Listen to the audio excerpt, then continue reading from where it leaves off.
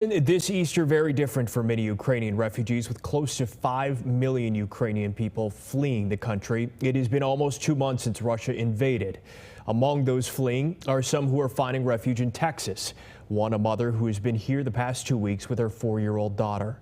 Fox 4's Peyton Yeager has their story. Peyton.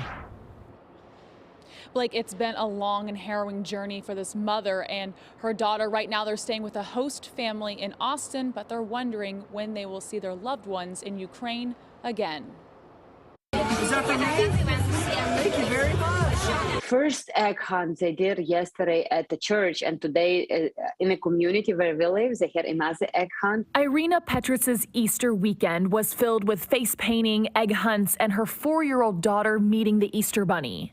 I was talking to my husband yesterday on the phone. I was like, you know what, when I'm back home, I do want to have a little bit of U.S. tradition in Ukraine. On this holiday, Petrus is staying with her host family in Austin. However, she can't help but worry about her husband and family trapped in Ukraine, going on almost 2 months now. At the same time, trying to explain to her daughter why going home isn't an option. She goes and asks me every evening, like, when dad is coming, why he sometimes is not able to pick up the phone. It's difficult for me to process it here, being far away, but I don't know how people handle it back in Ukraine.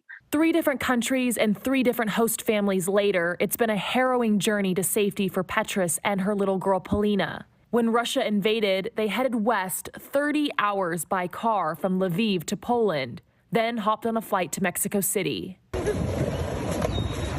The two crossed into Texas with 1 luggage bag in tow, eventually making their way to Austin, her next goal to move to Dallas.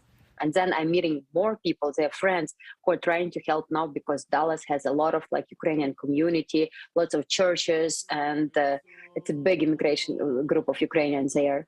And glorify you. Our community, as a matter of fact, is bigger than ever. Easter service was held at St. Sophia Ukrainian Church in the Colony on Sunday. In this time of Easter, in this time of celebration, just please keep in mind that Ukraine is still fighting. Our soldiers have Easter in their heart, but they really need, the U.S. support. Support Petrus says she and her fellow Ukrainians are thankful for, while her plan moving forward is still unpredictable. Again, it kills me inside. I don't know how to process it. Sometimes I tell to Alice and David, as a host family here, I'm not myself.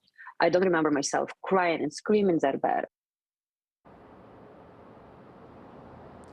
Petrus tells me that people she knows here in Dallas are already trying to find a school for her daughter, and she's still trying to get her work visa sorted out so she could possibly live here in Dallas temporarily and find a job.